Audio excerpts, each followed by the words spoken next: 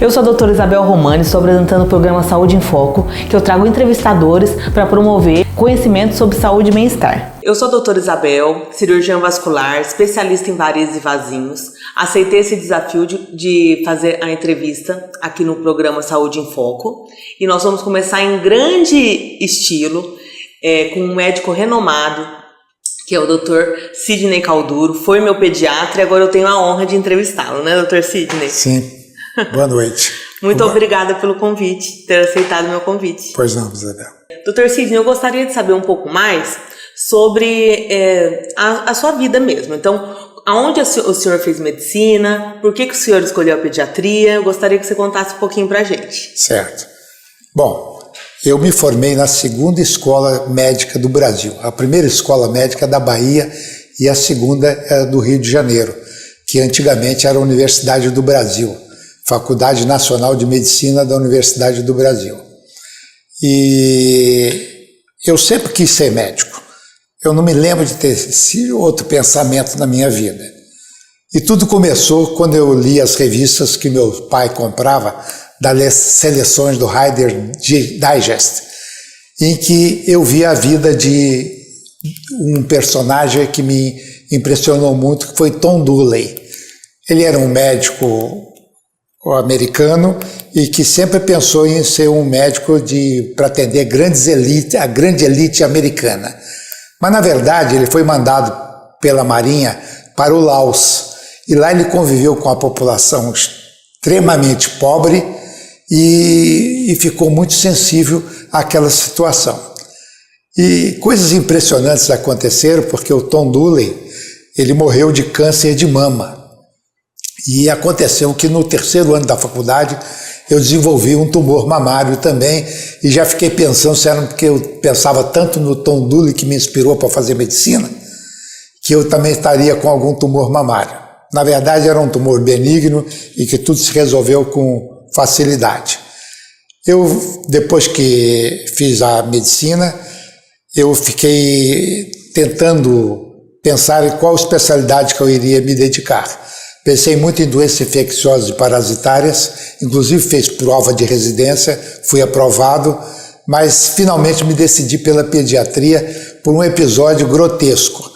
Eu dava plantão no hospital em Petrópolis, quando chegou uma criança com crise convulsiva. E eu e nada era a mesma coisa. O enfermeiro tomou as primeiras providências e foi chamar o médico que estava almoçando. Eu, enquanto isso, só fiquei colocando oxigênio, acalmando a família, que tudo ia correr bem, e depois disso eu me decidi fazer pediatria. Esses são os passos iniciais da minha carreira de escolha. Interessante. E doutor, e por que o senhor escolheu Mococa? Mais ou menos, eu não escolhi. Findo a minha residência médica, eu fiz 3 anos de residência médica no Hospital Servidores do Estado, no Rio de Janeiro, que foi um dos primeiros hospitais no Brasil a ter residência médica. E, findo a residência médica, eu fui trabalhar na Faculdade de Medicina das Ciências Médicas da Santa Casa de São Paulo, onde eu fiquei durante 5 anos. Naquele período, eu conheci um médico, um estudante de medicina, e que me falou sobre a cidade de Mococa, que era a cidade dele. E eu, pensando em vir trabalhar no interior, vim conhecer a cidade e estou aqui há 50 anos, que eu completei dia 17 de setembro de 2024. Olha, o senhor veio conhecer e aí gostou da cidade. Fiquei aqui. E eu gostaria que o senhor falasse, que o senhor tem uma ampla, né, já atendeu muitos pacientes graves.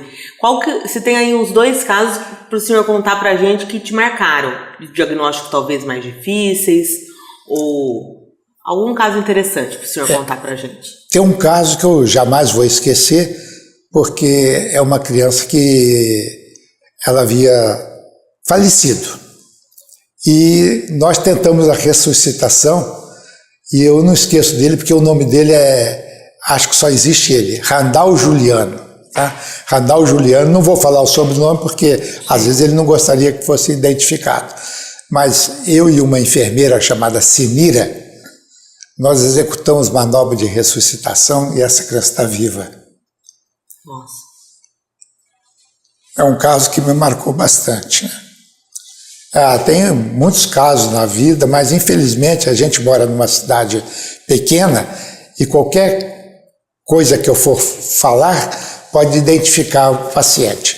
Mas tem casos sensacionais, maravilhosos, e inclusive casos que eu cheguei a publicar no Jornal Brasileiro de Pediatria. Olha, o senhor é sempre brilhante com os diagnósticos, inclusive fez um diagnóstico para mim na época bem raro, que eu tive quando eu era criança também, e inspirou o seu filho, que o seu filho atualmente é um grande cirurgião cardíaco, né? Faz transplante em crianças, não é, doutor? Ele é cardiologista infantil e trabalha só com transplante cardíaco infantil. Muito interessante. Hoje ele é o coordenador dos transplantes na cidade do Rio de Janeiro.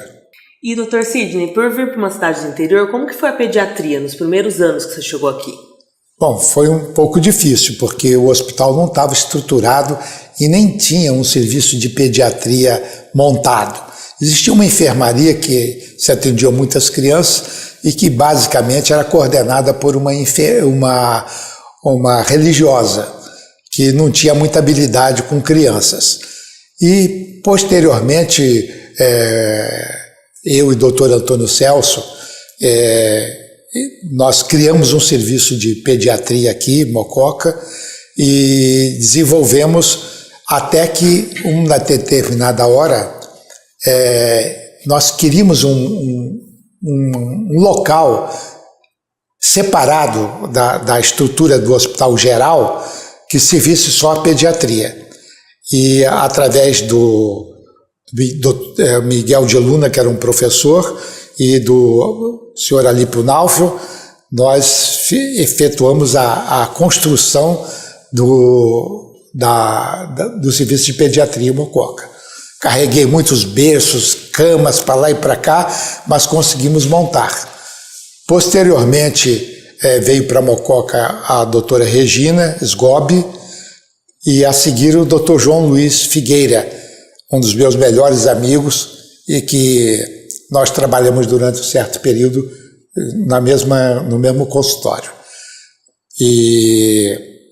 E daí a pediatria foi se desenvolvendo aqui em Mococa e, na verdade, ficou um centro de referência das cidades periféricas. Hoje nós atendemos nós somos acho que 9 pediatras e todos 9 com residência médica e somos um grupo de amigos, que é coisa rara em cidade do interior, pediatras amigos. Nós temos aqui uma convivência pacífica e maravilhosa e nós nos gostamos mutuamente. Tá? Que bom. Que interessante, doutor. Parabéns que o senhor tem um legado aí no hospital, na pediatria, com certeza, e ainda auxilia muito os médicos mais novos, que são os pediatras, que às vezes eles pedem um help lá para o doutor Sidney, em alguns casos mais específicos, né? Isso tudo a gente conversa entre nós, né? Nós trocamos ideia, nós aprendemos todos com todos, né? Isso é muito importante. Doutor Sidney, eu gostaria de perguntar para o senhor, que dica que você daria para os pais para eles terem um filho com uma infância saudável, o básico, vamos dizer assim? Bom, é uma pergunta muito ampla e difícil de responder em pouco tempo. Mas eu acredito que tudo começa já no planejamento desse filho. O filho tem que vir de um ato de amor. Então, muitas vezes, a gente vê que uma gravidez ocorre sem não teve preparo nenhum emocional, preparo para receber um filho, uma coisa inesperada. Em todas as situações, o ser humano procura se adaptar e tentar resolver da melhor forma aquele problema, que eu acho que criança nunca é problema, mas para a família muitas vezes é um problema. Uma mãe, ela tem que pensar que esse filho é a coisa mais valiosa da vida dela. É uma criança que tem que ser criada com muito amor, muito carinho, muita atenção. E esse carinho, quando a gente fala em mãe, a gente está falando que essa criança tem que ter um pai também. Então, é pai e mãe e o filho. Isso é uma unidade indissolúvel. É muito difícil você criar um filho sem pai ou criar um filho sem a mãe.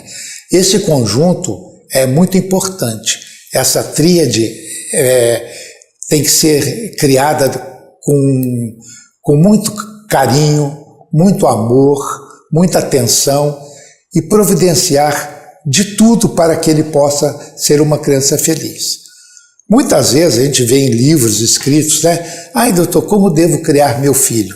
Bom, você deve criar seu filho seguindo as recomendações médicas, muito amor, vacinação em dia e boa alimentação.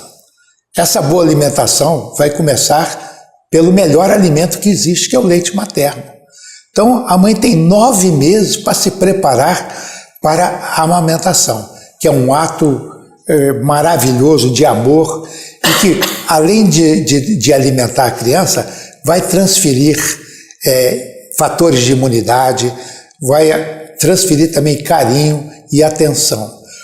O pai, embora não amamente, ele também deve participar desse ato de amor, segurando o filho no colo, e isso é muito importante na criação de uma criança. Excelente, doutor. E hoje em dia também, eu acho que falta um pouco para os pais, muitas vezes, dar limite, né? Dá muito, às vezes, para o filho a parte mais financeira, presentes, mas não dá limite, às vezes não cria o filho para ter respeito. Então isso eu acho que o senhor é de uma geração mais antiga, que os pais tinham mais severidade e muitas vezes as crianças eram mais bem educadas, eu acho, nesse sentido. Hoje em dia a gente vê muito no consultório crianças que são trazidas praticamente querendo que o médico receite sedativos, ansiolíticos e outros medicamentos, porque a criança é muito levada. A criança é levada por natureza. Agora, tem que saber dar limite. Outra coisa é que estão transferindo para a escola educação que seria ser dada no lar. Não é possível, né? Você tem que dar educação em casa, tem que mostrar os limites para os seus filhos, o que pode, o que não pode, aprender a respeitar o próximo. Todo santo dia a gente vê agressões de alunos a professores e mesmo eu vi uma reportagem ontem que eu cheguei até a chorar. É um menino com deficiência cognitiva, tem atraso mental e que ele foi agredido por outros colegas de classe e essa reportagem eu vi na TV Bandeirantes ontem à noite. E realmente aquilo lá é de revoltar.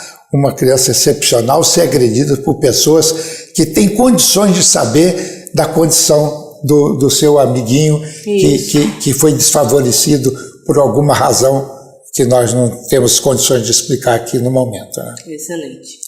E, doutor, pensando nisso também, hoje em dia está com muito diagnóstico de autismo, hiperatividade, déficit de atenção nas crianças. O senhor acha que sempre teve esses diagnósticos, às vezes eram subdiagnosticados, ou o senhor acha que aconteceu alguma coisa aí no mundo que aumentou esse número de diagnóstico? Não tenho nem dúvida que o número de diagnósticos aumentou, porque eu mesmo não presenciava esses fatos anteriormente. E hoje em dia é muito difícil que eu passe aí 1, 2 meses sem ter um caso de transtorno do espectro autista, né? É um diagnóstico que não é muito difícil de se fazer, mas sempre eu gosto e recomendo que faça uma avaliação com o neuropediatra antes de firmar o diagnóstico, porque eu acho que é muita responsabilidade do pediatra falar que é um transtorno do espectro autista. Pela experiência que eu tenho, dificilmente eu vou me enganar de um diagnóstico de transtorno do espectro autista. Agora, em relação ao transtorno do déficit de atenção e hiperatividade, o que eu vejo mais de hiperatividade é falta de limite. É pai que não consegue controlar o filho e ele fica sem educação, não é por hiperatividade, né? Um menino que chega no meu consultório sem educação, em 2 tempos eu identifico se ele é sem educação. Agora, quando ele é hiperativo, também é fácil de você ver, porque mesmo com recomendações que eu dê naquele momento, ele consegue persistir no mesmo ato que anterior, entendeu? Sim. E, doutor, eu acho que isso daí é muito importante realmente, né? fazer o diagnóstico, os pais aceitarem o diagnóstico e ter uma convivência pacífica com o filho, né? Ele não é diferente, ele só é um novo modo de ver o mundo, né? Que ele tem, e aí que é tão importante as crianças aceitarem e terem essa amizade. O que não pode acontecer é o que o senhor mesmo falou, né? Uma agressão, um xingamento, pelo contrário. Mas é que falta o diálogo intrafamiliar, a gente entendeu? tem que ensinar nossos filhos a respeitar o próximo e ter carinho por ele. Muitas vezes a pessoa que não é tão esperta, não sei o que, precisa de mais carinho do que uma outra pessoa assim, não é verdade? A família precisa ter diálogo, né? Isso. E você vai, às vezes, em restaurantes, fica impressionado de ver o pai num celular, a mãe no outro e a criança com um tablet na frente. Sim. Quer dizer, eles não conversam. Como é que ele vai saber o que se passa na cabeça do filho? O que o filho vai saber, aprender com o pai, com o exemplo que já que ele não dá nenhum, entendeu? Exatamente. E isso é muito difícil. Eu vi uma reportagem há pouco tempo de adolescentes criticando os pais porque eles não entendem a geração deles. Não entendem a geração deles porque eles não conversam, né? Eu sempre conversei com meus filhos sempre conversaram Sim. comigo, e eu tenho dezenas de amigos que não têm esse problema.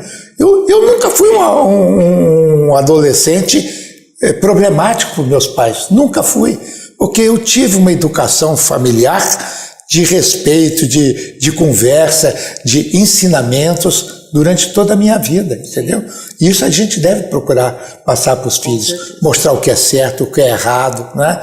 Não é levar vantagem, né? Não é porque eu achei uma carteira que tem identificação que eu não vou devolver essa carteira ou vou retirar o dinheiro. Isso é um absurdo, tem que entregar. Então, isso aí é lamentável. E em relação, tem uma corrente nova defendendo muito a não vacinação. Eu sei que o senhor é totalmente a favor da vacinação e eu gostaria que o senhor falasse um pouco mais sobre isso. É um verdadeiro absurdo. Você tem um dos marcos fascinantes na medicina, é a vacinação. O que nós temos? Essas doenças que matavam barbaridades anteriormente, hoje estão ressurgindo por imbecis que não querem fazer a vacina dos filhos, né? Eu tive um paciente de Casa Branca que ele me trouxe um calhamaço de papel que ele colheu na internet, por que ele não vacinava os filhos. Eu conversei com ele, expliquei, e ele falou que só vacinava da poliomielite para não ter paralisia infantil. Eu falei com ele, mas isso aí é uma incongruência total, já que você não acredita, por que você vai fazer? Né? Então eu me recuso a atender essas pessoas que não fazem vacina, tá? Eu prefiro recusar do que denunciá-las ao Conselho Tutelar, porque não quer fazer vacina nos meus filhos. Quer dizer, cliente que vai ao meu consultório, todos serão vacinados. Quando eu cheguei em Mococa, inclusive, não era costume ter carteira de vacinação. E aí eu falei assim, mas preciso do cartão de vacinação. Hoje é raro a mãe que não chega à consulta já com cartão de vacinação. E mesmo quando marca a primeira consulta, a gente já pede para levar o cartão de vacinação, o cartão de pré-natal e os exames que as crianças já fez, porque isso tudo ajuda muito. Às vezes um colega pediu uma série de exames, mas não chegou ao diagnóstico, mas aquele caminho que ele percorreu me ajuda muito a fazer o diagnóstico. Sim. Eu não vou mais pedir os exames de coisas que ele já afastou. Às vezes o caminho fica melhor para mim, porque eu já estou nas costas de quem já andou anteriormente. Sim. Né? Então, vacinação tem que fazer. Atualmente eles perguntam muito para mim sobre fazer vacina de Covid. A vacina do Covid está no calendário vacinal. Ela deve ser feita. Ah, doutor, mas essa vacina foi feita a toque de caixa. Lógico, a tecnologia não é mais a do tempo do Pasteur. Hoje a tecnologia é nova. Hoje você trabalha com engenharia genética, é muito mais fácil de você produzir vacinas eficazes em curto prazo. E especificamente a vacina do Covid, eu li muito mesmo. Eu posso falar que eu li, óbvio, não li tudo, mas eu li muita coisa mesmo sobre vacinação de Covid e sobre efeitos colaterais. Tem uma revisão no Medscape que mostra que não existiu um caso com sequela cardíaca nos Estados Unidos, tá? E o meu filho, que trabalha num hospital grande de cardiologia, Instituto Nacional de Cardiologia, eu perguntei, quantos casos foram internados por complicação de vacina de Covid? Eu falei, nenhum. Você teve algum no consultório? Nenhuma complicação vacina de Covid. Então, ela é uma vacina segura e que deve ser feita. Deve ser feita. Aproveitando, inclusive, para dizer que agora está se iniciando a vacina contra a gripe, né? E que todo mundo deveria fazer essa vacina da gripe. A vacina do centro de saúde é tão boa quanto de consultórios particulares. A de consultórios particulares e clínicas de vacinação, ela inclui o influenza B, que há 4 anos não tem nenhum caso no Brasil. Portanto, para o vírus que circula na população brasileira, a vacinação do centro de saúde é maravilhosa. Eu vou me vacinar com a vacina do centro de saúde. E, inclusive, como nós tocamos no assunto aqui de transtorno de espectro autista, teve um médico inglês que ele quis associar a vacinação tríplice viral, sarampo, cachumba e rubéola, ao transtorno do espectro autista. Isso está provado, cientificamente provado, que não existe nenhuma relação de vacinação com autismo. Esse médico, inclusive, ele foi cassado pelo Conselho de Medicina da Inglaterra. Ele não exerce mais a medicina. Então, as vacinas são seguras. A vacina da dengue é muito boa também e ela está indicada para criança a partir dos 4 anos de idade. Virá surgir, provavelmente bem próximo, uma vacina do Butantan, que vai servir para os 4 tipos de vírus que causam a dengue. E mais novidade de vacina é a vacina contra a bronquiolite, que pode ser aplicada para gestantes desde a 32ª à 36ª semana, segundo a SBIM, mas de acordo com a Anvisa, pode ser aplicada desde a 24ª semana de gestação. Existe uma vacina também em dose única que pode ser aplicada para crianças após o nascimento contra a bronquiolite. Bronquiolite é causada principalmente pelo vírus sincial respiratório e, em segundo lugar, pelo metapneumovírus. Mas essa vacina ela ainda tem um preço caro, mas quem tiver oportunidade pode fazer. E é um anticorpo monoclonal humano e já existiu e existe ainda uma fornecida pelo governo, que é o Palivizumab, que é também um anticorpo monoclonal humano e murino. E essa vacina era dada gratuitamente para prematuros com quadros especiais, com displasia broncopulmonar e com cardiopatias congênitas graves, né?